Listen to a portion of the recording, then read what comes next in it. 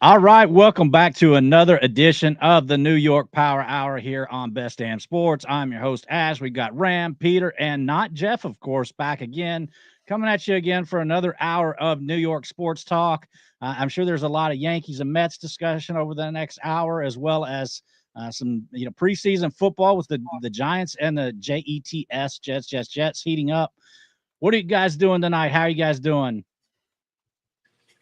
Well, unfortunately, the Mets don't seem to have a catcher right now because I believe Terren's got hurt today too. So Hayden Senger, save us. Terren shouldn't have bat that last at bat anyway. But I'm starting to get increasingly annoyed with the fact that the Mets can't win a freaking game when we do the Power Hour. They have won once, I think, and it's beginning to get on my nerves because they're like losing in ways that have it's getting creative and it's really starting to drive me nuts because can they stop losing when I don't know if they just want me to get mad on the Power Hour that they're like, please do it once, like lose your goddamn, cool and go crazy and then we'll go on a win streak. I don't know what the hell I'm supposed to do. I don't think I had Schlittler throwing 6 perfect innings on my bingo card to start the season. So I was pretty excited about that. Yeah, it looks, I don't know. The Yankees game isn't done yet, but we'll see. We'll see if they pull it out. Hey, Reds are up how many home 1-0. runs? How many home runs did Trent Grisham hit today? 2. He hit 2. And I would think a guy who hits 2 home runs in a game multiple times in the season, I would think he's a guy you want on your roster, but that's just me. That's just me. I think that was his 22nd home run of the season too. Nah, some people would rather have people like Brujan play right field. Like, you don't need all that. That's too much. Some people would prefer Orlando Arcia at shortstop too. No, Nick Allen's the way. I mean, come on. I don't know what you're talking about. I think he's in the way of you winning. I don't know. They keep freaking winning games. Like, I mean, the one thing that we have to do right now is lose, and all they do is they've won what, like 5 in a row now or something. Like, come on. You got to get the 1-1. Aren't you playing the White Sox right now though? It's not exactly like killers. Yeah, but we just played the Mets. Yeah, but like and you guys always beat the Mets. That's normal. Lost the important one. Don't you play the Mets again this weekend? So you expect more wins, honestly. Please, Luke. Yeah. Please beat Atlanta. No, you would love that, but it just doesn't happen that way. Yeah, that series in Cincinnati in September is gonna be crucial. To like what? Getting like a top 10 draft pick? No, I'm talking about the Mets and Reds. Oh, I thought you were talking about the Braves again. Yeah, I would not have put that on my schedule as a series that I thought was going to be a big deal for us now. But the Reds are do the Reds have the wild card right now because we lost? Well, if they win tonight, they will tie it. Yeah. And they are up on the Angels right now. God help me. Save us, Angels. Save us. And I don't know who has the tiebreaker in that. Probably not us. I'm gonna assume that we don't have it, but it may come down to the series in September.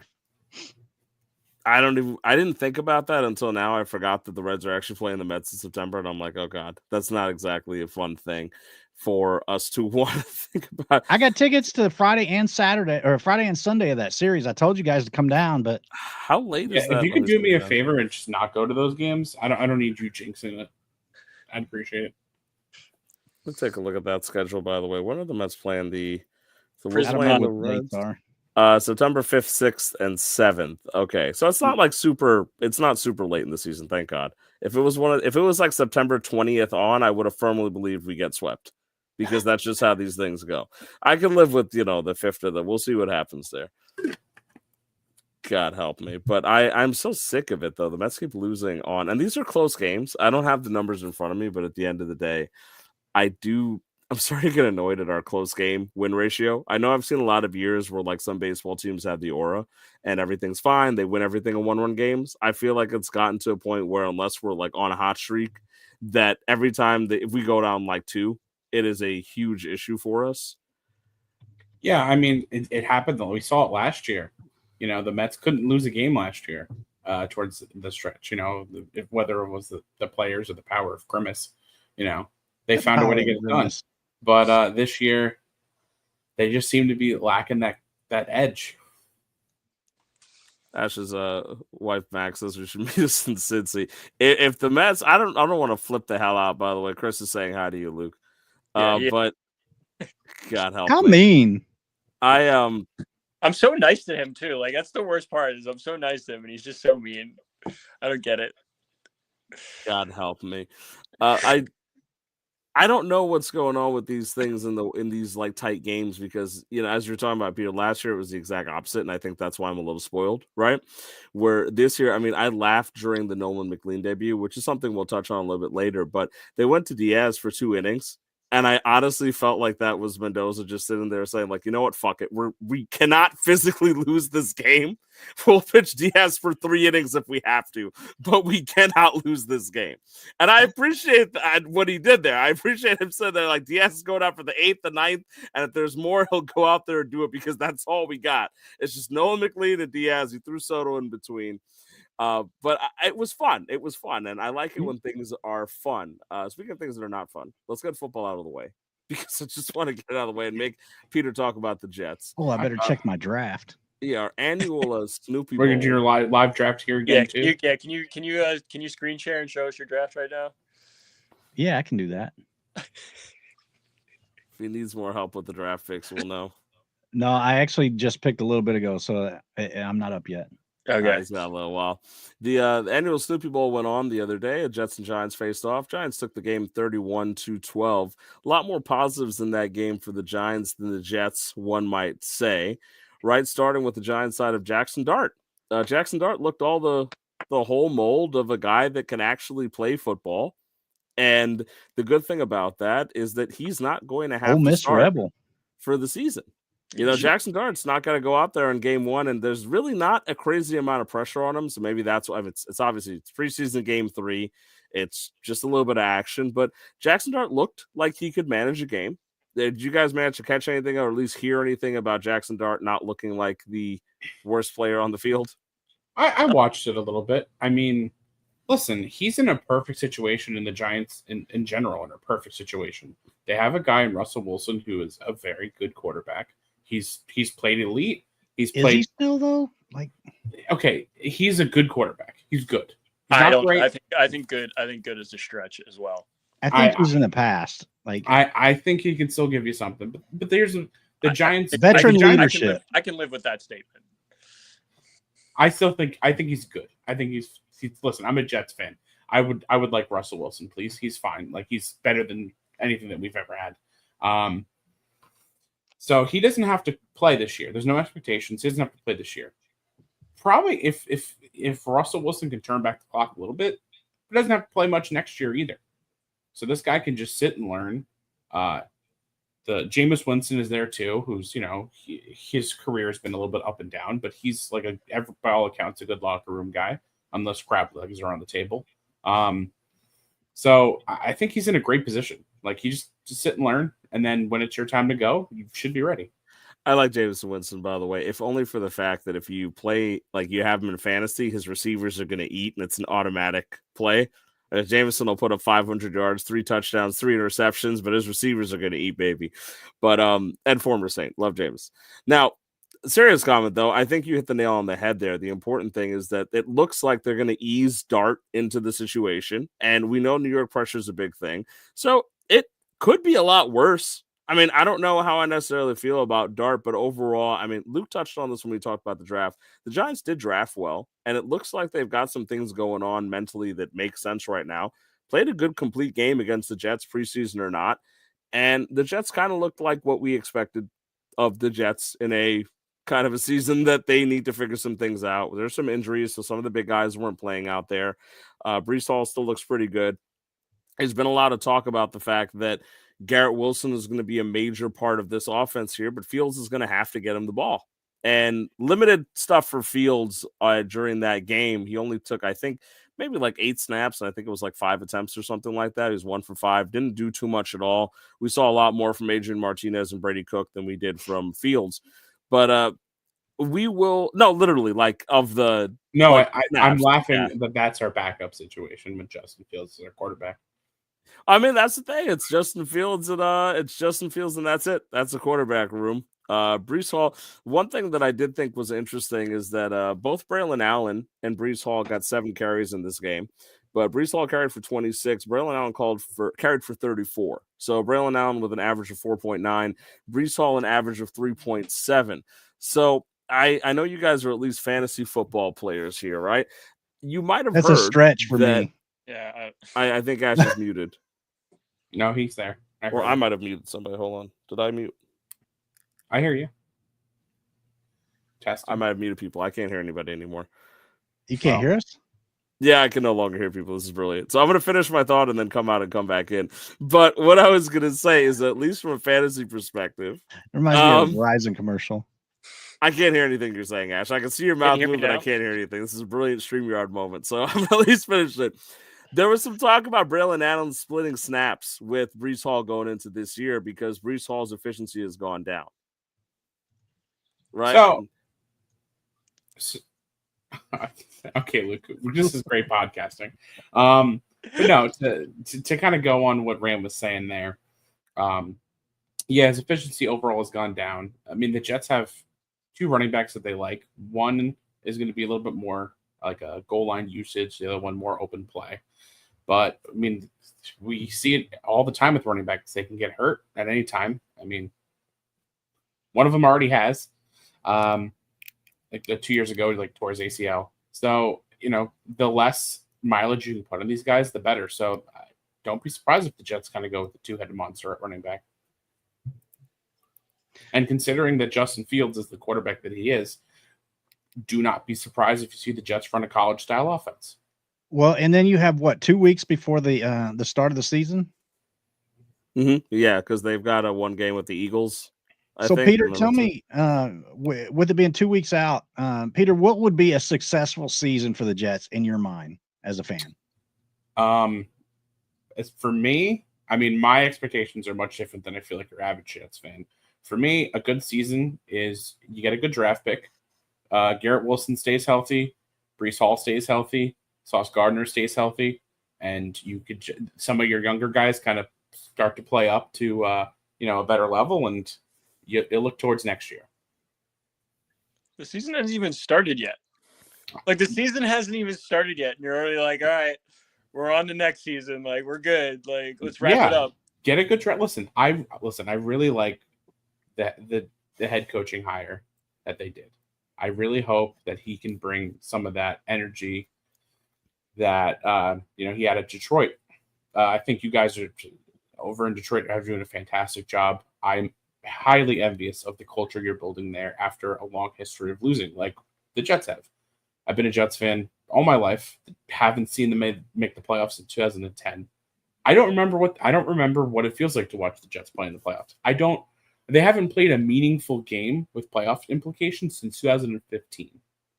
But in 2015, they were in a win or in against the Bills. I think it might be because they have a false identity. I mean, they're really the New Jersey Jets. Can we please? I'm sure that has. You're right, because the Giants are at the same boat, and they've won 2 Super Bowls in recent years, and yeah, same exact boat. I think it's actually more the fact that the owner's son makes roster decisions because he's an idiot. Well, no, but, I mean that's what and bases off the overall and Matt. But he's an idiot. That's what it boils down to. I mean, Ram, we can speak as Jets fans. We saw like an ownership with the Bull Ponds. They were not good owners. Their culture was not good. And how many franchises have we seen? They get new ownership, they get new people in charge, and then the winning starts. Look at the Cubs. The Cubs finally got new ownership. They got Theo Epstein as the president of baseball. And they won the World Series in a year, 2 years?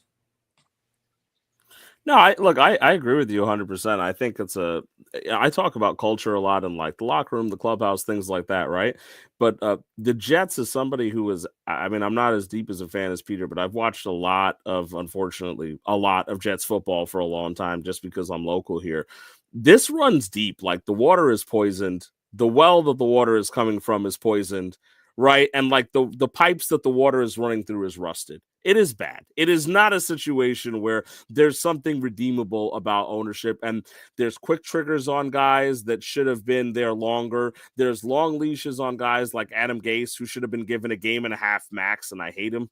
Like, so it's really frustrating over in Jets land. And I don't know. I don't necessarily like, and I remember the one like crowning moment in the last maybe like 5-6 years was that like ridiculous Joe Flacco led comeback against the Cleveland Browns. And I laughed because probably the only football franchise run worse than the Jets is probably the Cleveland Browns. But they have recent playoff success, Ram.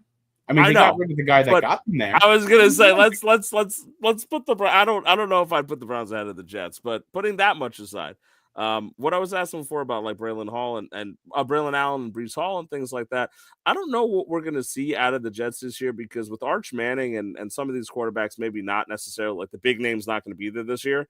It doesn't make sense for them to lose every game. They've got to figure some things out, right? They've got some youth that they like. So what are they aiming for? I mean, 6-7 wins? Is that because what do you think, Peter? Like, how does that help you? 6-7. No, I agree with you, but I'm like, what do you think that they're aiming for here? I mean, listen, they have a brand new coach. They're obviously aiming to win as many games as they can. I feel like obviously as a fan, I have a different expectation, but if those players there don't think they can win the Super Bowl, then don't even get on the field. There's no point. I will say one thing I like about Glenn, besides the obvious that you've stated and where he is, that this was a former Jets draft pick who wanted to be with the Jets and wanted to coach this team. I want to believe that means something to these guys, because I understand the implications that, you mentioned the Wilpons, right? Even when the Mets sucked, right? If I had a chance to be part of the Mets organization and do something positive for the Mets, I would have died to do it because I love the Mets. And so I understand the idea of a guy sitting there like, hey, this team drafted me. They did take care of me while they could. I like the Jets. I want to be here. I want the Jets to be what I believe the Jets can be. It feels like, like Steve Cohen buying the Mets as a fan and not just a businessman. Like, hey, I want the Mets to not suck. I'm a fan of the Mets. I'm going to make this happen. So I like that a lot. And from what early returns is clearly that people like Aaron Glenn. So we'll see what happens. I want the expectations to be low because I just talked about leashes. I want this guy to have a long leash. To me, I respect him and I think he can do special things here. So give him some time. Let's see what happens. At the same time, I'm also prepared to watch a lot of bad football this season. Mm-hmm. And simultaneously to that, also at the same time, I do like Justin Fields. I feel like it might be more fun than I think. But fun doesn't always mean winning football. So I'm prepared for a long season over there. But if the only comfort is the fact that on the Giants side, outside of elite wide receiver Malik Neighbors, they're kind of in a similar situation. I can't imagine Russell Wilson leading them to something super significant with the advent of Jaden Daniels and Jalen Hurts being in that division as well. I mean, they got a tough slog to make the playoffs ahead of the Commanders and the Eagles. And if the Cowboys have Dak Prescott healthy, I know he's not Mr. Clutch, but Dak Prescott's not a bad quarterback either. So they very well could be like in the tank of their own division. Right. And so I feel like it's going to be a sad and long season in MetLife Stadium with a lot of losing for these teams. Yeah, I don't disagree with you. I mean, even though I guess a little bit higher with Russell Wilson than you guys are, that division's a very strong division. The Eagles might be the best team in football. The Commanders, they're on the rise. The Cowboys kind of suck, but the Cowboys always kind of suck. So, I could very easily see them finishing third or fourth, like with not much of a fight. I just have to. Well, thanks, Ty, for watching. Appreciate the comment there. But I just have to give it to you for being such a fan though of the Jets, because I mean I'm 45 years old, so I'm a little bit older than you guys. And the Jets in my lifetime have had maybe 3 or 4 decent seasons. Like this has to be the most inept franchise in all of North American professional sports. Like it's getting harder every year. You're in a league that emphasizes parity like no other league that we have in North America. I mean, yes, other leagues have salary caps, but the NFL basically has, enforced parity more than any other league. And the Jets have made the playoffs that I can remember, like 3 times? Like, I don't. I mean, Well, this is terrible. They had some success in the early 2000s. In '98, they made it to the. They AFC still missed the Championship game. playoffs more than they made it. Yes, they did. I'm just saying they've made the playoffs since 2000, probably. Well, definitely Twice? less than 10 times. No, because they made it in 09 and 2010. Yeah, the back-to-back AFC In conference 2000, games. in 2002, they won their division. In 2004, they actually won a playoff game. I think that was the year they beat Peyton Manning's Colts, like 38-0. Yeah, they've got singular games where they were good, right? Like the last time the Jets won I'm a really playoff picking at game straws here. was that Bart Scott, post-game interview after the Patriots, which admittedly at that time, that was pretty cool, right? Like at that time, the Jets were fun. Rex Ryan was there, Mark Sanchez was there, and I don't know how the hell that all came together to be something as successful as it was, but it was fun. And the fact that I think the Patriots had like beat their asses like 45-3 like 2 weeks before, and the Jets go in there up the floor them and like take care of the Patriots. One game moments is what we have for the Jets in singular plays. I still talk about Mike White's 500-yard performance. Ty says, feels like of all sports, football teams can be transformed pretty quickly given how league-ready draftees are. So you're not wrong. The problem is the Jets can't draft a fucking quarterback. If the Jets could draft a quarterback, things would be very different. Or arguably, if they could develop a quarterback, things would be different, right? They can do neither. They can't draft or develop a quarterback, which is unfortunately the single most important position in the entirety of the game. Yeah, it's getting harder and harder every year. I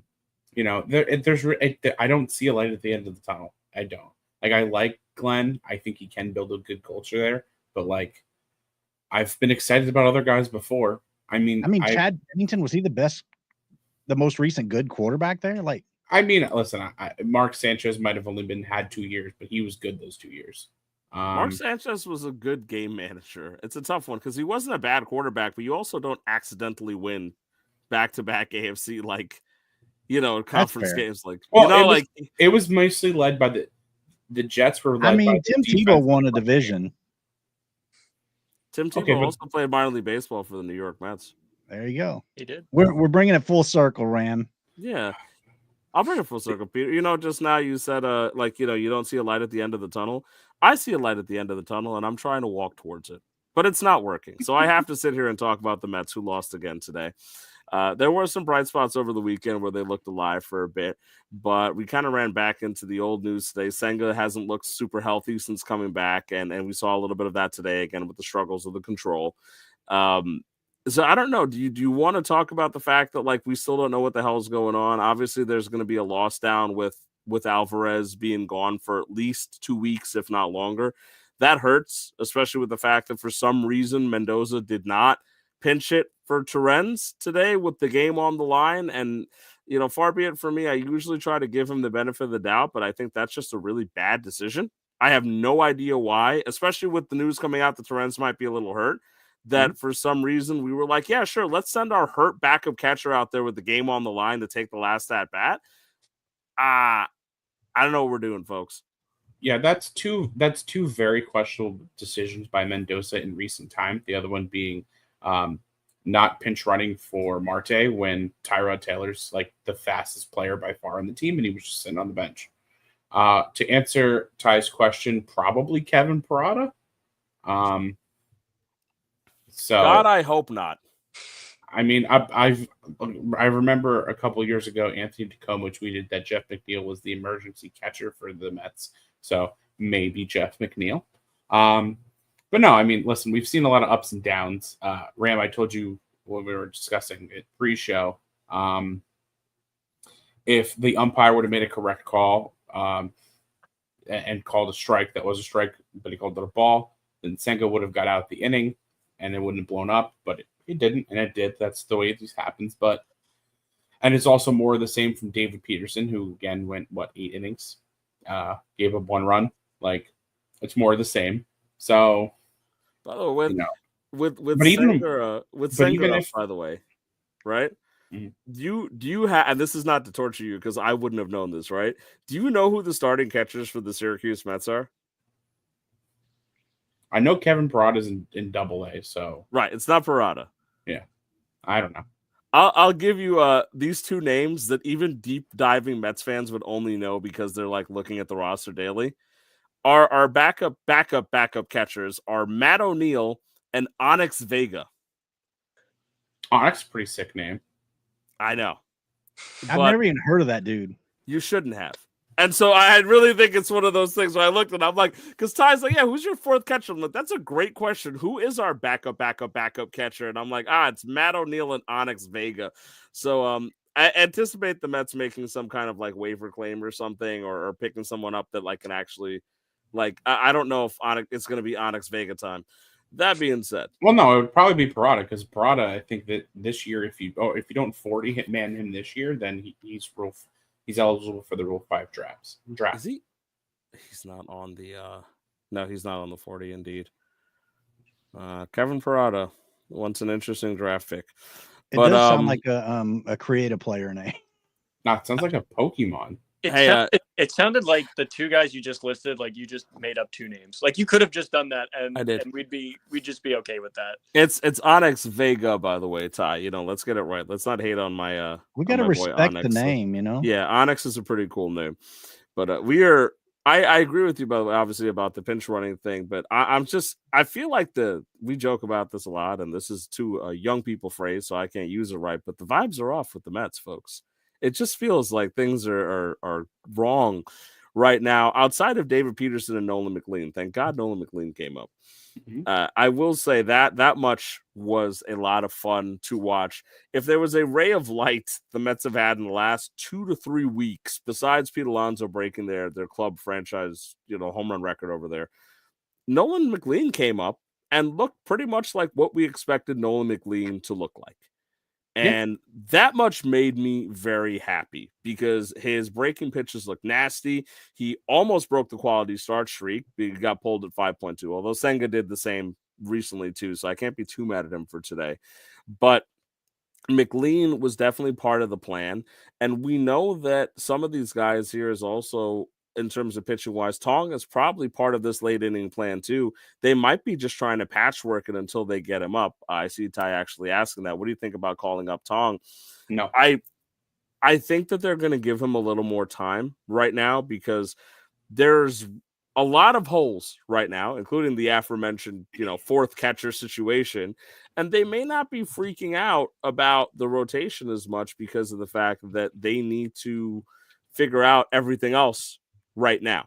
And that being said, I can't help but being excited about McLean. I talked about last week when I said I hadn't been this excited about a pitching prospect debut in 10 years since we had Syndergaard come up. And it was really nice because it obviously wasn't just me. It's not like I was just sitting here alone. Every Mets fan was like, holy crap, we need this guy to come in and be a savior. Brett Baty has been on the heater. Yes, he has. I'm not going to sit here and lie. Back-to-back home runs. Yeah, the last 2 months he's been really good. Like I think a lot of that is a lot of that is home and away splits. I will say his that. home and away splits are it's the weirdest non-Coors Field home and away. If you look at, he is a really, really good Met at home and on the road. The cool thing about this recent hot streak is that he went to Washington and he's been hitting, so it'll make his splits look a little better. And I'm not saying that to be disingenuous. I'm like, I want him to do good. I just don't expect this. But he hit arguably the longest, I think, statistically longest home run of his career tonight. I think it was 456 off the bat. Can I hop in here what Ty said? So, it cuts off. But Ty said they have quite a few other pitchable names ahead of Tong. Not as good, but more experienced. I think they only really have I do think that the Mets view Tong as the second best pitcher in their minor leagues right now. I'm going to agree with that, by the way. But me including McLean in that because he just got called up. Right. But I feel like Sproat's going to be the next guy up. After a rough start in AAA, he's looked really good again. He seemed to have fixed his I can't get lefties up problem. So his numbers are a lot more respectable over that. But the problem with calling up all of these guys is I don't want these young guys to get like this added pressure of like you have to come here and save the season. You have to be heroes. I don't want that. I mean, we saw with McLean, he had a great debut. Looked as good as I expected him to be. Like I'm not a big prospect guy, but like I've been talking about this guy for as long as you guys have known me. I've gone out of my way to talk about Nolan McLean, but like you would hope something like that could jumpstart, and it seems like it didn't. Like the Mets aren't playing any better than they were before they called them up. So I don't want that added pressure for Tong. I mean, Sproat, I feel like they're going to call him up just because there's like nobody else. I'm tired of McGill. I don't want to see him pitch anymore. You know what you get, and it's not great. So Tong, since I'm as excited as I am about Tong, let him debut next year. I don't need any more pressure on these guys. I actually don't agree with that. Like, I mean, when you're getting called up, you don't know what you don't know. So, like, I think it's better to be put into a situation where, like, everybody's on focus. And, like, we've seen guys get called up to make their debut late in the season before and then really make a splash right on into the postseason. I mean, who can forget, was it 2003 with K-Rod and the Angels? Like, came up and was lights out of that bullpen and basically helped carry them to a World Series championship. So I disagree that guys, that it's too much pressure for those guys. And you also have to remember the rest of the league has not seen them. Well, no, I don't think that it's too much pressure. I just don't want the added pressure of these guys to like think that they have to save our season. I'm with Ash on this one. I think it actually makes. I do think we'll see him before the end of the season. By the way, I happen to believe that. I agree with you in the sense that Sproat will probably come first, based on what I understand from the organization. Sproat's coming first, and then Tong, and it might be more in a position of need than like just calling them up to get a spot start type of thing. But I think we'll see one of them, if not both, for the end of the season. But I think it's just based on where the Mets feel like they are in their development. I don't think they're considering the pressure stuff at all. You know, they didn't have to call up Nolan McLean. Now, it was after the rookie debut thing. I talked about this. I feel like it's a little manipulation. Fine.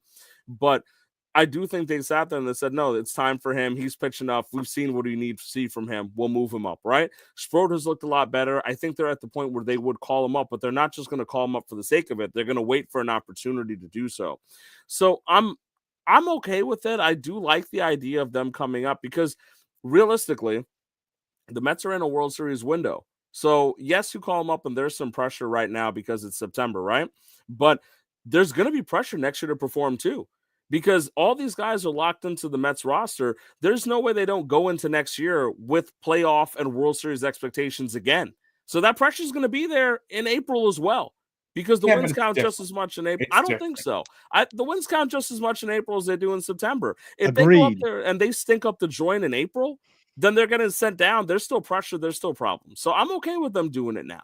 And the lights are going to be on in New York no matter when you debut. That's why I look at it, man. Like, I feel like this is a thing where the media is going to, if they started with the opening day roster next year, there's going to be 3 to 4 articles about Tong and everything about him. We're going to find out that he's Canadian again. We're going to find out his favorite food and what his mom fed. But you know this, Peter. You've been around, right? We find out things that are absolutely. How many times have we heard Todd Frazier from Tom's River, New Jersey, played for the fucking Little League World Series, right? Like, it's a Mets fan meme at this point because we heard the Mets actually won the Little League World Series on Sunday. I don't know if you guys saw that. So the Mets won the Little League World Series thanks to Mark Vientos. So no surprise that the baby Mets played well during the Little League World Series game. But at the end of the day, look, I think it's fine. I think they'll see him. They're just sticking to their plan.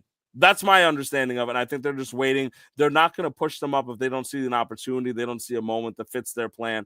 And I'm okay with that. But that being said, what is interesting, I did want to at least pop a mention of this.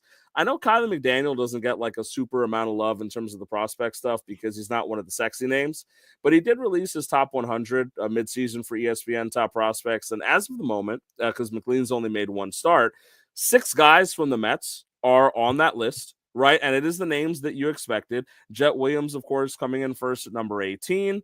McLean is coming in at number 19. Jonah Tong at 21, Benj at 27, AJ Ewing at 74, and Brandon Sproat at number 83. and Jacob Reamer was in the I think 109 range or something. So I was going to say that I confidently believe going into next year, the Mets will retain 6, because even if McLean removed his eligibility, Jacob Reamer, I do think, will crack the back end of that 98, 99 top 100 thing. Mets are now ranked in some publications as having a top 10 farm system. The plan is working. So that much I'm happy about. I talked a lot about the fact that I want long-term success. This is how you do it. I mentioned in a comment when the guys were talking about it last week that next year we could see a rotation that includes Tong, Scott, Sproat, McLean. That's actually really fun. That's all homegrown Mets arms that are considered to be effective. And this is not something that I've seen in my lifetime. I mean, we meme all the time about Generation K and what they were supposed to be, right? And then we got all the jokes when we had Harvey and we had Wheeler and we had Syndergaard, and they were supposed to be something like, okay, the Mets are going to redeem themselves for Generation K falling on their ass, right? And so that worked a little bit, because Harvey, when healthy and when not on drugs, was a really, really elite pitcher. Zach Wheeler is still an effective pitcher, and no, it's the truth of the matter. And Noah Syndergaard was funny. I should also give credit to the thoracic outlet surgery that he had that kind of derailed his arm. And Noah Syndergaard was a solid pitcher for the time being too. So there's something there.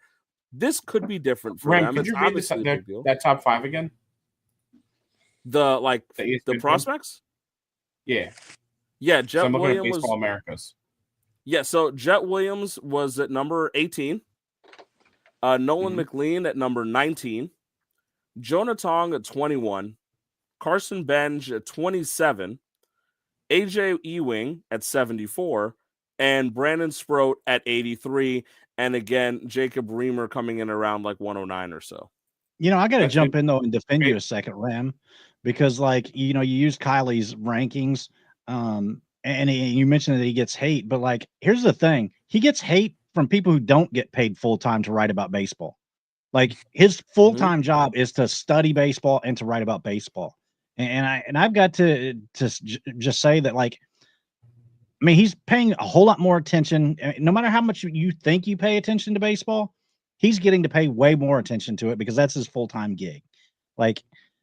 I hate when people hate on people just because, one, I think there's jealousy involved, and two, because they just want to be the wise guy in the room. I don't know. I hate when people clown on somebody whose profession is to do whatever it is. I've talked about this a lot. I think one of my frustrations is that I firmly believe that there's enough space in the baseball sphere for multiple people to be successful.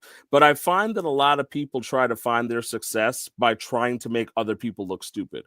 They basically try to go out there and their model is hey, Kylie McDaniel's an idiot. You should listen to me because Kylie said this guy was going to be good and he wasn't. And I thought this guy was going to be good and he is. Right. But then the problem is, what happened to the other 6 guys that you put out there that are not good that you were trying to be and usually it's more than 6. Right. And these guys, my diamonds in the rough, and it's annoying because there are guys out there like JT, for example, who are doing 1% own stuff. Right. So if he gets diamonds in the rough out of a few of those guys, he's open about the fact that these are 1% owned. When they get marginal success, that is a huge achievement.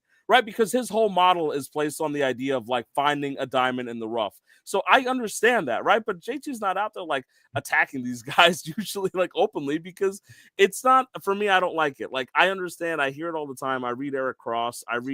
For me, it's the idea of I like baseball. I like talking about baseball. So if 7 guys are going to write about baseball, I'm happy the 7 guys are writing about baseball because I'll read all 7 of them. I enjoy it because I like reading about baseball and they have access that I don't have. So it's hard for some reason. Cross is another one that gets a lot of the Yeah, that's why I mentioned him because snide comments. Eric Cross has been very nice to me. That's what I was gonna say. I've had a lot of private conversations with Eric Cross, and he's always been super nice to me. Eric Cross, he seems like a great dude. Nice from every conversation I have randomly thrown him prospect questions hey, prospect A or prospect B, who do you like and why? And he'll sit there and he will reply. This is actually the mentality that I hear all the time, by the way. Yeah, sorry if it isn't Clegg, it isn't relevant, or so I have heard. I also think that's such a funny thing to me. Duke fans probably think that way. No, I think it's really funny because people are like, oh, if it isn't Clegg, it isn't relevant, right? Dude, and this is me just being a jackass for a second. I have watched some of you guys in fantasy leagues who swear by the Bible of Clegg, right? And I'm not a special guy. So if Clegg is winning you every league every year, all right, cool. I will choose him as the only gospel, right? But if you're not winning every fantasy league every year because of the gospel of him, and I'm not saying Clegg is bad. He's brilliant, and there's so much information. And he in his works his Discord ass to learn off. from him. He himself, I respect the world of, right? Brilliant guy. And I love it. But it's just one of those things where I'm like, why not take multiple resources? Why do we get caught into this gospel of like, it's this, because Chris is 100% right. There are tons of people that are like, well, I use the Clegg rankings and on this is wrong. And I'm like, well, I use BA and BA says that's a load of horse shit. So I'm going to go with what I like. And that's okay. It doesn't mean that we're stupid. We're just, but it's just a funny conversation for me. I like to read all these publications. That's why I saw the stuff for McDaniel. Now, Peter, you were asking about the Baseball America stuff in comparison, right? So I feel like I just poked a hornet's nest. I don't know any about the different. I've never. No, even you're good. That's why we love you, Peter. I just like baseball, but like I agree with Ty right there. I was just looking at the Baseball America things, and I don't just to tell you how little I pay attention to prospects that are in the Mets. I don't own a subscription, so I literally just had to keep refreshing the page so I could see the top 5. And it's very different from the one you just did in Baseball America. Next time, ask me ahead of time. I got you. They have Benj, McLean, Tong, Williams, Sproat, and AJ Ewing as the Mets' top guys in that order. Yeah, BA and the Mets are incredibly high on Bench, and I can understand that. Bench is a lot of fun.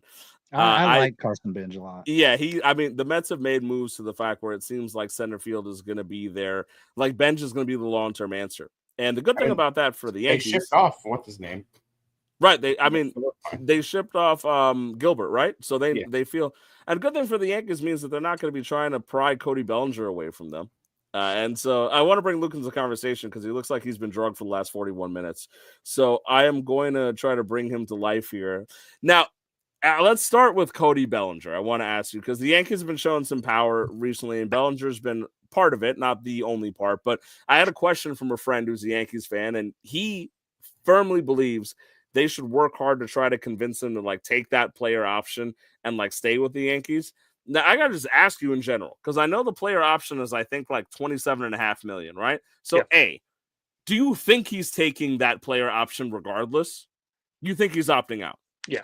Almost guaranteed, right? I think it would be silly of him. I don't know if he's going to get the 27.5 million AAV, but obviously he would want a more long-term contract. Yeah.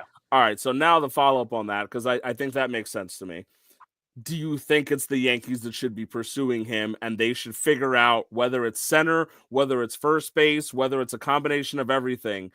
Do you think Cody Bellinger should be a long-term target for the Yankees or no? I think it's definitely a viable option. I think especially given the news with Judge this week, you definitely want some more depth in the outfield. From what I've been hearing, the Yankees are very comfortable with Ben Rice at first base, and I think that's a great option for them right now. But again, having Cody Bellinger also gives you depth at the first base spot. So yeah, I think the Yankees will definitely be pursuing to try and keep him this offseason. I think that would be a great move for them. Because I remember reading a Heyman article, I think about a week ago, that said that the Mets are interested in Cody Bellinger. Yeah. And I thought that was hilarious because I'm like, all right, we're past trade deadline, but we're not in off season. So why the hell are you reporting that the Mets are interested in Cody Bellinger? That's a really weird thing, in my opinion, to be like, that's Pete Alonso news, in my opinion. Yeah, I'm like, that's a weird thing. Like, oh, the Mets are interested in Cody Bellinger. I'm like, I don't really think we are. Because but at the same time, Ram, it's like I know you guys are a little new to this, but the Mets are going to be with all the big name free agents, right? Like, and I say that Cody Bellinger's not a big name free agent to me. He is. Yeah, give me Kyle Tucker. Talk about big names, right? Like, I expect him to be part of the big name free agents now. I understand we have money in our pocket. I don't know what it feels like personally. I have change in my pocket, but it seems like it's nice, right? I see JT mentioned Franklin Gomez over there. I'll throw out a random name to you that Ash loves. Felipe De La Cruz might be with the Mets before the beginning of next year. He's a bullpen pitcher, in my opinion. But I think he'll be useful. I like him. But no, I don't think Cody Bellinger's that. I just think it's weird timing, though, right? Because like, why in the middle of August should I care about the Mets being interested in Cody Bellinger? Who's sending that message when the Mets are notoriously leaking, like not keeping the leaks apart, right? They're not leaking anything. So if they're not leaking anything, and John Heyman's out there talking about Cody Bellinger, is this a play from the Yankees side? Like, what? Is Cody Bellinger leaking that the Mets are interested in him? And is it so much as like, he said hi to Steve Cohen and Steve Cohen was like, hey. And he's like, you know what? I'm going to tell the Yankees the Mets are interested because Steve Cohen texted me once. It just feels weird to me. I have to admit. Genuine question is who is Bellinger's agent? Is it Scott Boras? If it's Scott Boras, then that tells Cody Bellinger is a Boras client. He's a Boras client. That tells me everything. John Heyman and Scott Boras. Scott Boras loves feeding John Heyman information for his own. Right. And again, I'm gonna say this again, and Ram, you can get all upset about it, but Cody Bellinger is going to be a big name in free agency, whether you believe that or not. He is a plus defender. He is an above average hitter. He is going to be talked about. He is not going to be talked about in the same lengths as Tucker. But after Tucker signs with whomever it is, it's going to be a sweepstakes to see who can get Cody Bellinger. So again, it's this Scott Boras narrative. It's this, I'm gonna pin this player to the the owner with the biggest, with the deepest pockets. Yeah, that's fair. No, that's a good point. And that's it. Peter pointing out Boras, I think, kind of put the puzzle together for me. I was like, yeah, that makes sense. Like that actually adds up because Boras is a master of this game. JT saying Cody Bellinger's agent. Scott Boras said Belly was driving him crazy over becoming a Yankee. Yep. No, it makes sense. That's fine. I think he's put together a pretty solid year for you guys. He's been a part of and he does still play really good defense. Yep. Versatile guy, right? I just don't know. I mean, if it's not Bellinger though, who are you playing in center field next year for the Yankees? Well, that brings up another question of another pending free agent of Trent Grisham. Do you bring back Trent Grisham and have him play center field full time? Full time. Would you? I mean, I know that we talk about Trent Grisham a lot here, right? Yeah. So now this is a legitimate question. Cody Bellinger is a free agent. He's looking for 3 to 4 years and like maybe more, right? Because he's how old? He's not even that old. He's like 30. Right? He's 30. So, and he just turned 30. So he could easily ask for like 6 years in today's market, right? So if he's asking for 6 years and the Yankees are like, no, we can't afford that anymore. Do we go with Trent Grisham in center field and say this is our stopgap guy until we figure it out? Well, I guess for me, it depends on how they're paying Trent Grisham, right? Are you paying Trent Grisham for just this season, or are you paying him for the entirety of his career? Because if they're paying for the entirety of the career, they should be getting a pretty team-friendly contract. But if you're paying for this season, I think you're going to be overpaying on Trent Grisham. Well, the reality of the situation is that you're probably going to be overpaying for Trent Grisham. Absolutely. So now it's a matter because everybody's as good as their last season, right? So that's what these guys get paid on. So, but now let's say Trent Grisham, and Trent Grisham is still pretty young himself, right? He's 28 or 29. Right. And so he's going to be a UFA, right? Yep.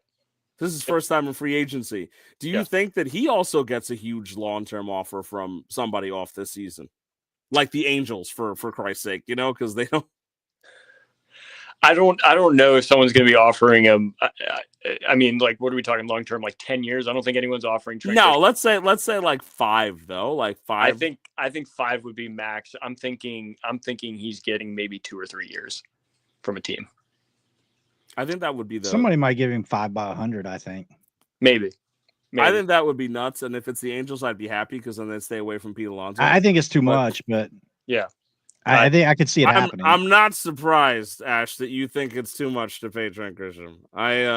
Color me shocked that you think a long-term contract more.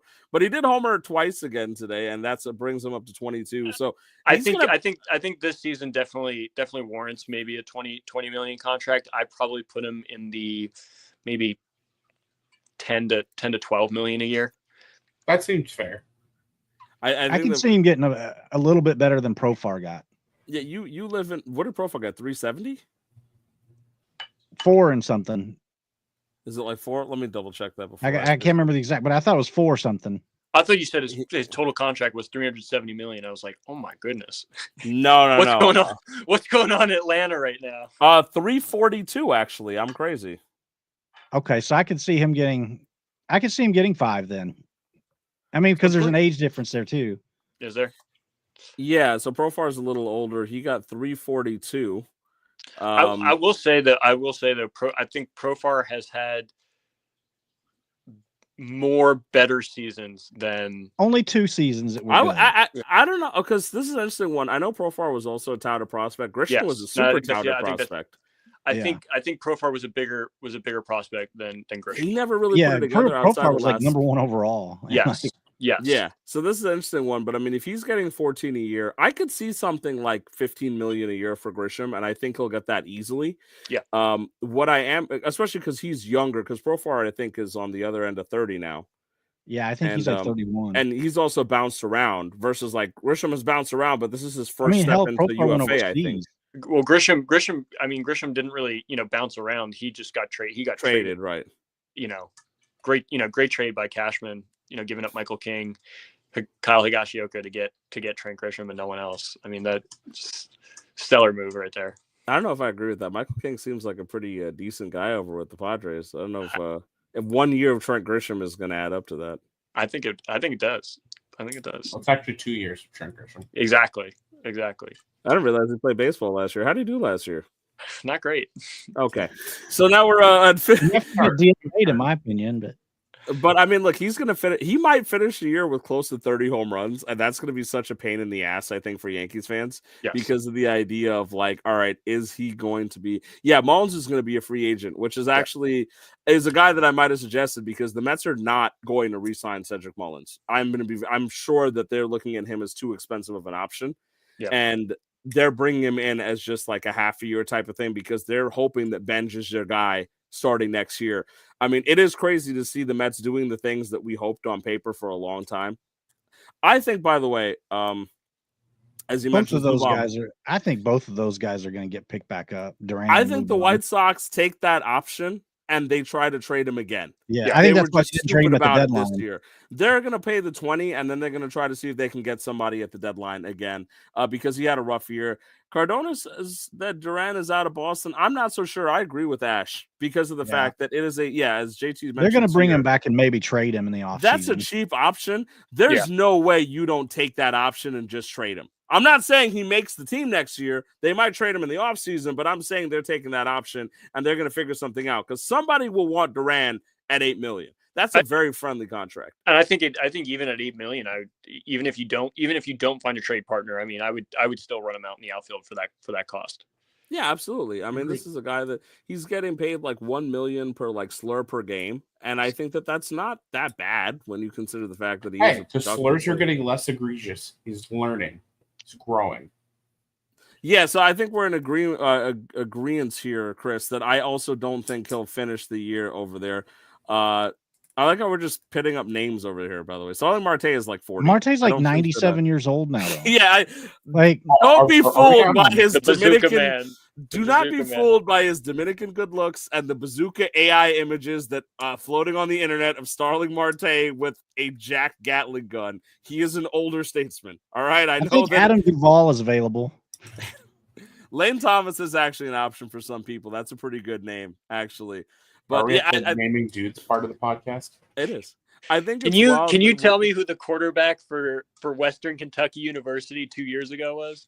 I don't think Western Kentucky University is a real thing. It is. The Hilltoppers, man. The Hilltoppers. It was Bailey Zappi. Come on. Yeah. How do you not know that? I'm sure that's the thing. Next, you're going to tell me some guy named Bailey Zappi exists, right? Sure. Yeah. He played for the Patriots behind Mac Jones. Chris knows all about it. I'm sure he did.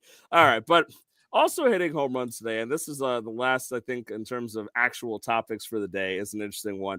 Giancarlo Stanton homered again today with another massive, ridiculous Hall of Famer, Giancarlo Stanton. So this is the discussion of the hour here, right? Giancarlo Stanton, does he make 500 home runs? And is 500 enough to get him to the Hall of Fame? For me, I'm on yes for both. And I'm going to go round table. I think he hits 500. And I think if he hits 500, he should be in the Hall of Fame because you don't stumble into 500 home runs. Now, if you're playing until they're like 47 and it's like an attrition thing, maybe, right? But he might not even make it to 39 to play. So if he's hitting 500 home runs, I mean, that is prodigious elite Hall of Fame level power. For me, that's an automatic in. At the fact that he can, because he's not batting 197 either. I think, what were you saying, Luke, that he's batting over 300 this year? I think he's batting over 300 right now. Right? This is not a guy batting 197 either. He is providing legitimate offensive pop. If he hits 500, I think he's in, and I think he's going to hit the 500. Peter, what do you got? Do you think, what's your take on both of those? You know, it's weird when you mentioned that you wanted to bring up someone who had a home run tonight. I thought you were talking about Brett Beatty, but no, I agree with you 100%. Like I think he's going to get to 500, and I think that he should be a Hall of Famer. Like 500 is home runs was always one of those like benchmark like guarantees you in. And even if he doesn't make it for these 2 years left for the Yankees, you're going to tell me a bad team like the Rockies or the Angels that's just looking for nice press is like, come to our games, watch Giancarlo Stanton hit his 500th home run. It's going to happen. I think he's going to fall a little bit short of 500. I just do not trust that he's going to be able to have 2 more seasons of 25 plus. I realize, I know we went on and on about this off the air before we came on tonight. I just don't think that he can put up 2 more seasons healthy enough to hit 25 on average per year. If he gets to 500, he's a lock for the Hall of Fame, in my opinion. But I don't think he's going to get to 500. But even if he doesn't get there, I think he's in the conversation. The thing that I keep going round and round about on him, he's only had 3 seasons where he had 5 or more WAR. And I feel like that the volume of productive seasons is not really there. But at the same time, if he hits 475 homers, that's elite. Like I have a hard time because normally if you said 475, I'd say yes, Hall of Fame. But then I'm looking at these seasons, and there's so many seasons where it's like 3.1, 0.5, 3.8, 3.5, 2.9. And so like I'm like, that's a lot of seasons that are just okay. Good to have, but not elite. But then you volume out, like say 475 homers. This is a real tough case, in my opinion. And it almost, this is the crux that I've had with WAR. Yes. I love WAR. Yes. This is the exact thing that I want. But I think it discounts designated hitters far too much. Yep. Mm-hmm. That's exactly what I was hoping you'd mention. That like realistically, I mean, there's 28 players in the 500 home run club. 28 players, right? If you hit 500 and you did it within the span of a normal career, I feel like it is unequivocally an automatic Hall of Fame situation. 28 men who have played baseball have done this. We have seen thousands of baseball players. If the Hall of Fame is for elite level players and power is a big part of the game, right? 28 players have hit 500 home runs. That is no easy task. Even 475. There's like 40 or less players, I think, who have done that. You know, and how do we have some of those guys not in the Hall of Fame, by the way? I'm going to swing into that in a second. But Luke, as the Yankees fan, you know, you can even be a homer about this because I was asking before the show, he's got 2 more years with the Yankees at least. And of course, this like next month and a half or so. Right? Yeah. What do you feel about this? And what are your thoughts on it?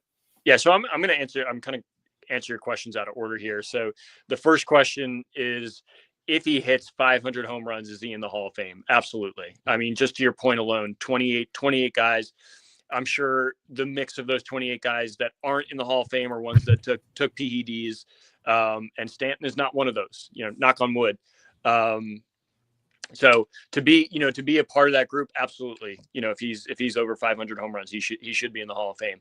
Right. You know, the next question is, over the next 2+ years with the Yankees, can he get to 500? I don't think it's possible. I don't think it is. I think with the injury history, I think with with age, I just don't see him putting up 25 and 25 over the next 2 seasons. Last question is, if he doesn't hit 500 home runs, does he get in the Hall of Fame?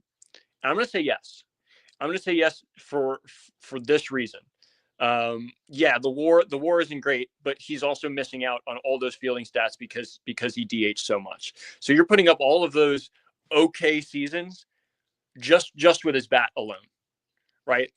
And I think the last thing, and as a baseball fan who grew up in the 2010s, Giancarlo Stanton is the guy who brought Statcast to life. Like when you talk about exit velocity, it was always Giancarlo Stanton, right? It was always Stanton. It was how hard, who has the top 10 hardest hit home runs? It's Giancarlo Stanton, right? And then you have guys like O'Neal Cruz, you have Ellie De La Cruz, you have Aaron Judge who come along, and it's like, hey, we haven't seen this since Giancarlo Stanton, right? I think that, again, along with the prolific numbers that he has, gets him into the Hall of Fame. Yeah, and I just for the sake of discussion here, I'm pulling some of the. So this is the home run leaders of all time, and that's just the 500 club. So those are the 28 guys in the 500 club. As you can see, putting aside, so Bonds, Pujols, and Rodriguez will obviously get. This is not a surprise, but Sosa, McGuire, Palmeiro, and Cabrera will obviously get it, or at least I believe so. And Gary Sheffield, right? These are the guys that have not made it. Gary Sheffield, was it also a PEDs thing? If I'm like, I don't know. Yeah, he had the whole the cream in the clear. That's what I remember, right? That whole where he didn't know. And I actually to this day, I believe Gary Sheffield did not know what they were doing. So that's interesting because I wanted to touch into Gary Sheffield there because you see he's at 509. He's not a Hall of Famer. Right, and is he off the ballot? If I'm Sheffield, I think so. Right? Yeah, he's off the ballot. I think he may have only made it 1 or 2 ballots. Right, that's what I'm bananas to me. I mean, yeah, he did. I think 2024 was his last time. He fell short. So 500 is not. I mean, granted, it might have been the PEDs thing, but it's not a lock at least. But for most of these guys, it is. Right, that's a big deal. I think it's a lock if you're not a PED guy. I think that's fair. I think we just went through the list, and anyone who didn't or wasn't involved with PEDs is. Here's the follow-up to that list, by the way, because Ash, you mentioned 475, and so that goes deep only as 33 players. And I do see some hitters on here that's interesting. Like, so Nelson Cruz is an interesting one for me, right? Because Nelson Cruz finishes with 464, a lot of tail-end production. I think a very similar situation to Stanton in a way, right? And Nelson Cruz is not talked about as a Hall of Famer at 464. No. It's the warmongers, man. Because he DH'd a lot. And to Luke's point, by the way, that 500 and over, right? You're 100% right. If no PEDs, that was automatic, right? But now we go down here to the guys down to 434. So these are the 50 best home run hitters in the history of the game, like in terms of volume. And Dunn's that high. Sorry. No, Adam. And meanwhile, Adam the bottom one there has 10 Gold Gloves. And here's another thing too. That number to the side is at bats, by the way, Peter. Right? Adam Dunn, 462, and that many. Like Adam Dunn was a ridiculous power hitter, and just because he hated baseball, everyone hated him. But I know he hated baseball, but and then he was one of the first guys that was kind of his style of hitting that let off, and that just made all the boomers angry. I mean, people hated on Adam Dunn so much, but they were batting him leadoff because of his on-base percentage. I mean, yeah. But this is such an interesting, the second screen to me, because this is, again, 50 highest in history.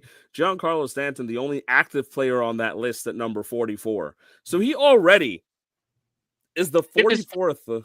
Look at his at-bats. That's the thing. Insane. That's 7,000. And look, I have both up here, right? So just to put this up for folks, you see the numbers on your bot. The only Mark McGuire, of course, with that ridiculous 583 homers and 7,660 plate appearances, right? Yeah. Okay, but also steroids.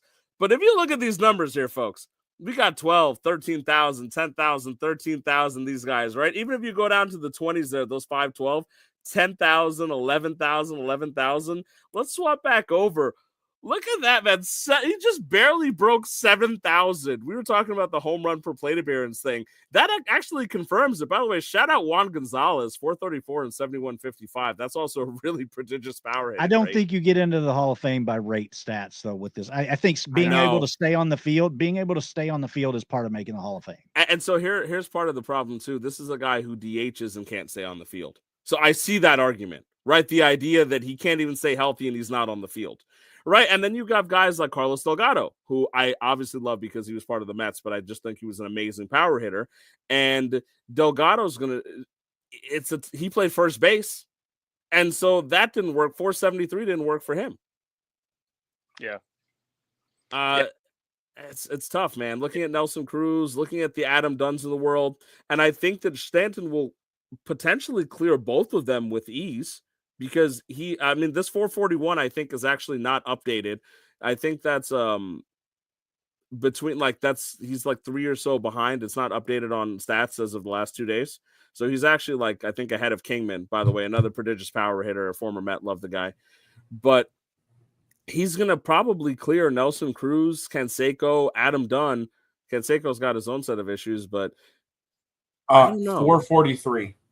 Yeah, because of the one yesterday, one today, right? But yeah, but again, look at this. I mean, you start getting up into that 460 range. I mean, if you get up to Dave Winfield, Chipper Jones, and those guys made it into the Hall of Fame, and it's still, like you said before, it's just Delgado that's not in.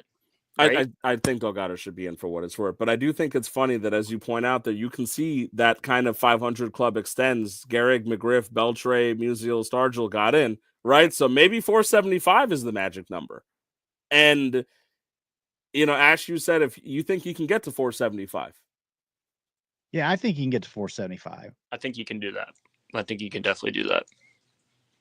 My thing is, I feel like he's being discounted too heavily because he's a DH by WAR. I mean, we've got to have a conversation about WAR right now. Like, his 2018 season. Okay, and I'm not a hater of wins above replacement.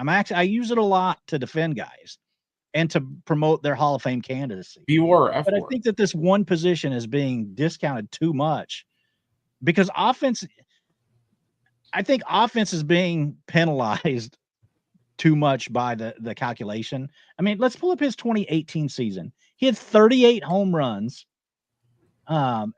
On base percentage was right around 900. I don't remember exactly off the top of my head, and I don't want to scroll down. I'll pull some stuff up for you. Don't worry.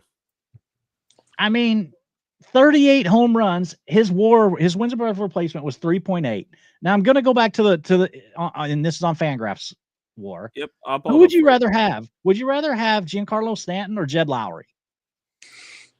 Jed Lowry had a 5.1 WAR. Just because you're a body at a premium position doesn't mean you're. Are you really asking? Real baseball teams would not have wanted Jed Lowry over Peter. Did you want Jed Lowry then?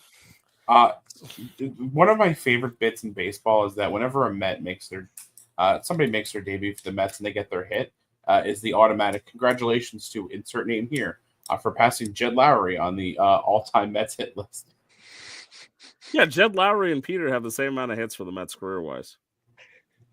I think it says a lot of things about Peter. I respect that, right? That he was able to keep on par with. Peter's a ball player. But let me switch over here to this. Yeah, there we go. So let's get this going. And this is Stanton, right? This is your life, Giancarlo Stanton, and you can see it right here. I mean, he's got a near 7 WAR season in 2014 with Miami, 6.4 in that ridiculous 59 homer season where, and you can see that's these only numbers. 6.4. 6.4 is an excellent season. But usually when you see a guy with 59 homers, you're expecting a 9 WAR season. I mean, you also, I know it's an old school stat, man, but those slugging percentages are pretty, man. You look at the 631 slug, 509, 619 this year still with the Yankees. 350 isolated power that year. This is actually ridiculous. This is the type of, and he was still running the bases a little bit back then too, man. He stole a few bases. He had a 13 stolen base season, but I just think it's just, as you mentioned, the plate appearances, Luke. I mean, this is a guy who's barely cracked 7,000 plate appearances and is en route to 500 home runs. That is a legendary rate of power. Ash is right. Rate doesn't get you in, so I understand that. But I just feel like, I mean, look, if we even go to WRC plus, right? I mean, he was 161 in 2014 and 2017, 158. I almost feel like that's 58%, I guess, above the average hitter, sure, but 175 this year. 175 this year. That's why I'm saying that's the type of stuff. Look, watching him hit this year is why I'm like, I think he can do it. I know he's going to be playing like half the year, but I think he can do some damage, man. Like, and the Yankees are going to roll him out there because they're paying his ass. Yep. If he had stayed healthy, we would be looking at the all-time home run leader, in my opinion. I mean, mathematically, if this is a guy who could stay healthy, you're not crazy off. Again, like, let's look at this right here, right? Let's do some quick maths. Let's switch back over to here. So Bonds, of course, with 12,606, right? So if you divide that by was 12,606 and it's what, 762? Yeah. So quick math, 16.54. So every 16.54 plate appearances, he would hit a home run, right? Now, if we pop over again to Mr. Stanton, who has what, 440. So I'm going to use these numbers. I'll give you the really quick math. If Stanton had 12,000 at bats, which right, that was around Bonds and Aaron there. Yeah, let's say 12,000. At the rate that he was at, he would have hit 751 home runs. You still whenever you get hurt and come back and stuff, you have to settle back in. So, like, I would give him a few more home runs there. Oh man. How many? I'm sorry. One more time. How many at bats did Aaron and Bonds have? Bonds had 12,606. Ash, I don't think you made a crazy statement there. That's actually that's the wildest thing. Yeah, I think the rate that he hits home runs, if he had 12 to 13,000, we would be saying, is this the best player we've ever seen? Possibly. I'm looking back and what's so crazy, about, Giancarlo Stanton is he got a lot of hate. He got a lot of hate from Yankees fans. And at some points it was rightfully so, because you're paying him so much money. He can't play the field. You had the one season where he batted 191. We didn't want to look at that when we were talking about him, just 2 minutes ago. But last year, I mean, again, he batted 230. I think he had 20, at least 20 home runs. And he was an absolute beast in the playoffs. 27 last year. 27, right? Respectable for that, for that at age. 34. Right. See, that's also why I think he'll do it, but I'm not going to cut Luke off. Right. And I felt like, again, look at how long he's been with the Yankees. And it's like, it felt like he finally had his Yankee moment in the playoffs last year. Like we finally accepted Giancarlo Stanton, and then he gets hurt and it's like, all right, it's fine, buddy. Like, it's all good. Like get healthy. And then he comes back and it's just on a tear again. Like, just hasn't stopped. And I'm so happy for the guy. Because I'm also one of those people that gave him a lot of hate when he wasn't playing. So what you're telling me is Yankee fans don't deserve Giancarlo Stanton. No, I honestly, I don't believe that. Yeah, I don't believe that we deserve Giancarlo Stanton. And I think a lot of the early hate is correct. I mean, he's sort of a mimic of, I mean, you could see it. I look at the 2019, 2020, the COVID year before. But even after the first season he was here, one of the biggest criticisms is you have the ascension of Aaron Judge, right? And then you trade for Giancarlo Stanton, and you're basically getting the same player. Now, granted, Aaron Judge is a much better base runner, much better in the field, right? But in terms of ABs, you're getting the same player and a guy who really just sucks up your DH spot and doesn't give the ability to get Aaron Judge off the field. So I think that criticism is valid.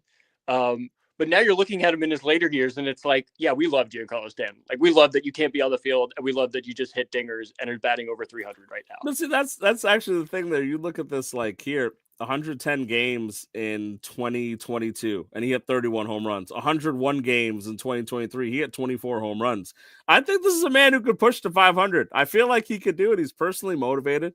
I made fun of him, called him Mike once, and he responded. I feel like this type of man that I can trust to do this thing.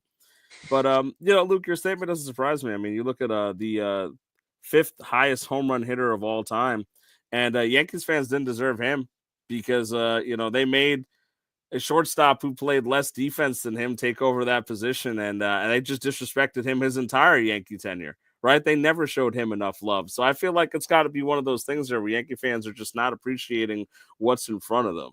To quote one of Will Ferrell's best movies, they should have shot A-Rod. They should have shot A-Rod. God help me, but since we've done the requisite discussion on everything for the sake of today and covered stuff, and I don't believe we should have shot A-Rod. If anything, it would have made Derek Jeter's defense worse, and then you guys wouldn't have loved him as much. But putting that aside, of course, I'm going to give you all an opportunity to do some last takes for the night as we wrap up. We've hit an hour 15, so we've done enough yapping for the night. Peter, what do you have for me as a final take for this evening? So, I don't know if any of you guys noticed the shirt I'm wearing. I'm wearing my club that I'm the vice president on, Tri-State Napoli Club. When Napoli won the Scudetto this past season, we made some merch for that. So, season starts again on Saturday, and I am quite excited. Out of the teams that finished in the top 6 last year, Napoli was the only one that retained their coach. They just signed. Now I know this isn't the soccer podcast, it's a New York sports podcast, but if you pay attention to soccer at all, you've definitely heard of the name Kevin De Bruyne. Napoli just signed him in the offseason. And they've made about 5 or 6 moves as well to strengthen that team that won the league last year. So I'm very excited for the season to start, and I hope that they can win back-to-back league titles, because that would be fucking amazing. I hope they do too. Forza Napoli, Juve Merda. Ash, what do you got for us? I said that the other day. Mets, give Pete the money. Sign him. That's all I pay got. me. Give me the money. Give Peter the money. Give us the optimum. Give us the optimum sponsorship too. The optimum sponsorship, baby. Ramming the straight shots. We'll make it happen. I'm going to go outside of the New York sports sphere for my commentary today, because I think it's important to say this, and this stuff really grinds my gears. So I am going to take a moment. Mariners reliever Taylor Saucedo, which I'm going to switch to in a second. There we go. Posted some death threats that he received, and some threats he received against him and his partner. This is post. I understand wanting me gone after today and this year as a whole. Nobody's more disappointed with how this year has gone for me than myself. Trust me, I want to win as much as all of you, whether I'm here or not, but message me this bullshit and my girlfriend, and sending this stuff is beyond baseball. It's insane how comfortable people are sending this stuff to not only me, but my partner. Tell me I suck all you want. That's fine. And at some point, we're going to get a grip, right? And so this is the post is just really, I think it's pretty low. I'm going to put it up for a second and switch off, but it's a guy just reaching out saying like, I hope your head gets blown off to pieces. Like, I'm not reading the rest of it, but you can see this. I think it's disgusting, right? And so I want to bounce back and just say, like, first off, Taylor Saucedo, I'm so sorry you got to deal with this. And my general thought process on this is very clear as somebody who does play in sports gambling and things like that. Stop sending players death threats because you lose your fucking parlays. Stop it. Yeah, don't bet money you don't have. If you're gambling, you should be willing to lose. And if you lose graciously. Don't at the players. Don't threaten them. Don't threaten their family. That is childish, pathetic behavior. And y'all are way too comfortable on the internet. Because Taylor Saucedo is probably more athletic and could beat your ass. And he's not doing it. He's obviously affected, and this sucks. And that's just unfair. Right? Like, we sit here and we talk sports all the time, and I'll throw jokes and I'll throw quips and I have fun with it, but I never want anything bad to happen to these players, even players I don't like, right? Outside of Jason Worth. So, like, it's one of those things where I just thought it was really ugly, and I don't want what players think of the fan base to be that. I don't want them to take away and think, oh, these are what people are. If you're gambling, stop yelling at players and send them death threats. This is ugly, pathetic behavior. I hate it. It actually ruined my whole day to think that there's somebody out there feeling so bad. He's like, you know what? I wouldn't want me there too, but also please don't threaten my girlfriend. Like, screw you. If you're out there sending death threats to players for this stuff, that is pathetic behavior. Pathetic behavior. Right? And I'm hoping you got a little sunshine for me, Luke, because I just need to get that off my chest. But, what do you got to end off the night? Yeah, fair. Yeah, I think Ram, that's a great point. And just death threats to the players and to their partners. It's so low. But I'll end this on a high note. Yankees are on a 5-game winning streak, which I don't think I would ever thought I was going to be saying. How badly they've been playing in July and August. So happy for that. Happy for Cam Schlittler. 6 perfect innings. Got broken up by a Chandler Simpson single up the middle. I think he finished with 6 2/3, 1 hit, 2 walks, 8 strikeouts, and just the 1 hit against Simpson. So great job by Schlittler. And we talked about him on the podcast enough, but I'll mention him again. Giancarlo Stanton, 2-run pinch hit home run in the 10th inning. He's showing those clutch stats there. Not as clutch as Trent Grisham, but love when the Yankees win and love when they win 5 in a row. So looking pretty good over here in the Bronx. All right, we love to hear it. I just wish the Mets were doing just as well. All right, speaking for myself, for Luke, for Peter, and Ash on this lovely Wednesday evening, thank you for joining us for another edition of the New York Power Hour.